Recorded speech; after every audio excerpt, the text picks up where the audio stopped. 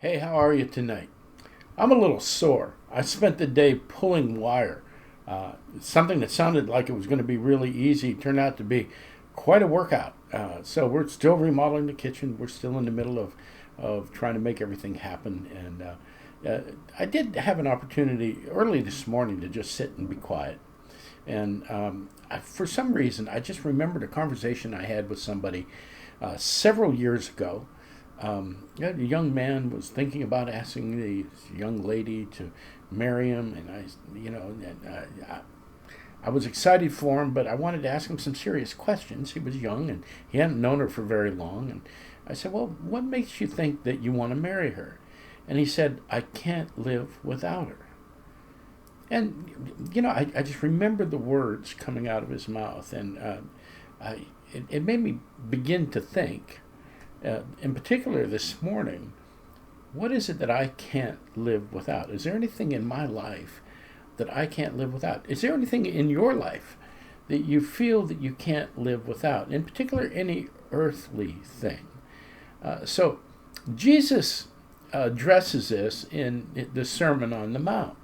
So I want to talk to you about that for just a few minutes. I've got a little bit of chamomile here to end my day. Maybe maybe make these sore muscles relax just a little bit, and get yourself something, and let's spend a few minutes in Matthew chapter 6. Matthew chapter 6. Now, Jesus is in the middle of his Sermon on the Mount. He's laying the foundation for his ministry. He tells them about praying, tells them about fasting. So he's on this roll on how to live the spiritual life. And in verse 19 of Matthew 6, he says, "Do not lay up for yourselves treasures on earth, where moth and rust destroy, where thieves break in and steal, but lay up for yourselves treasures in heaven, where neither moth nor rust destroys, and where thieves do not break in and steal." And so don't work on earthly things. Don't try to build an earthly kingdom. It's all going to fade away. The things you try to accumulate will someday be dust. Just work on your spiritual life. Work on heavenly things. And then he says this in verse 21. "For where your treasure is, there your heart will be also."